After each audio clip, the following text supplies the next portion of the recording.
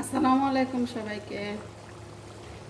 এই তো আজকে বাহিরে প্রচুর বৃষ্টি, তাই রান্না হচ্ছে আজকে একবারে জাল করে গরুর মাংস আর রুচি।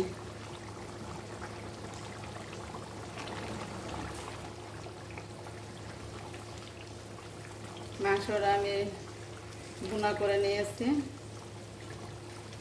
তাই এখন রুচি বানাবো।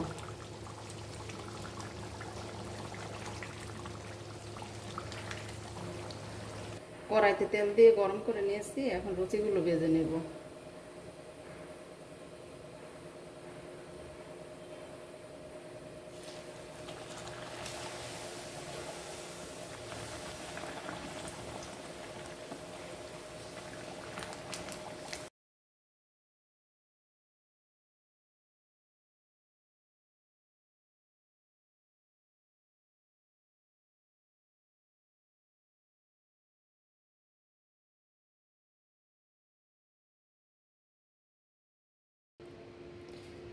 আমার সবগুলো রুচি ভাজা হয়ে গেছে।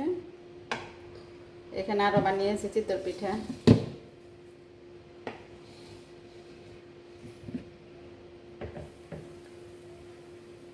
এটা অন্যরকম চিতল পিঠা বানিয়েছি, হাজারো চালি যেটি বাপ। আর আমরা সবসময় যে চিতই পিঠাটা বানাই ওই পিঠা থেকে এই পিঠা খেতে অনেক মজা হয়, আর এটা বানানো একেবারে সহজ।